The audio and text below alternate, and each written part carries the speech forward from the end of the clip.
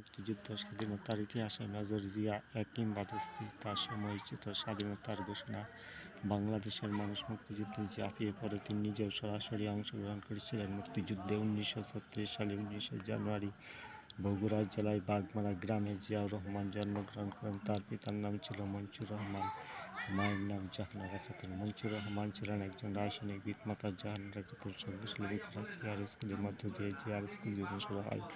1952 সালে মেট্রিক পাশ করেন। তারপর ভর্তি হন করাচি ডিজে কলেজে। 1953 সালে পাকিস্তান সেনাবাহিনীতে যোগ দেন। 1965 সালে পাক ভারত যুদ্ধে জিয়াউর রহমান ইস্ট বেঙ্গল রেজিমেন্টের ভারতের সাথে অসীম সাহসিকতার সঙ্গে লড়াই করেন। তার সাহসিকতার ঊর্ধ্বতন কর্মকর্তাগণ মুগ্ধ হন। এই যুদ্ধে জিয়াউর রহমান প্রমাণ করেন বাংলাদেশের মানুষ সাহসী ও যোদ্ধা।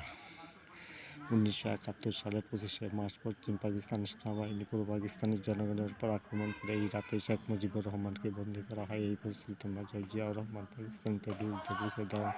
তিনি এক ঐতিহাসিক সিদ্ধান্ত নিলেন, চট্টগ্রামে কালুরঘাট বেতার কেন্দ্র থেকে বাংলাদেশ স্বাধীনতা ঘোষণা করেন। বাংলাদেশের মুক্তিযুদ্ধ সুষ্ঠুভাবে পরিচালনা করার জন্য বাংলাদেশকে 11টি সেক্টরে বিভক্ত করা হয়। প্রত্যেক সেক্টরে একজন করে কমান্ডার নিয়োগ করা হয়। জিয়াউর রহমান ছিলেন 1 নম্বর সেক্টরের কমান্ডার।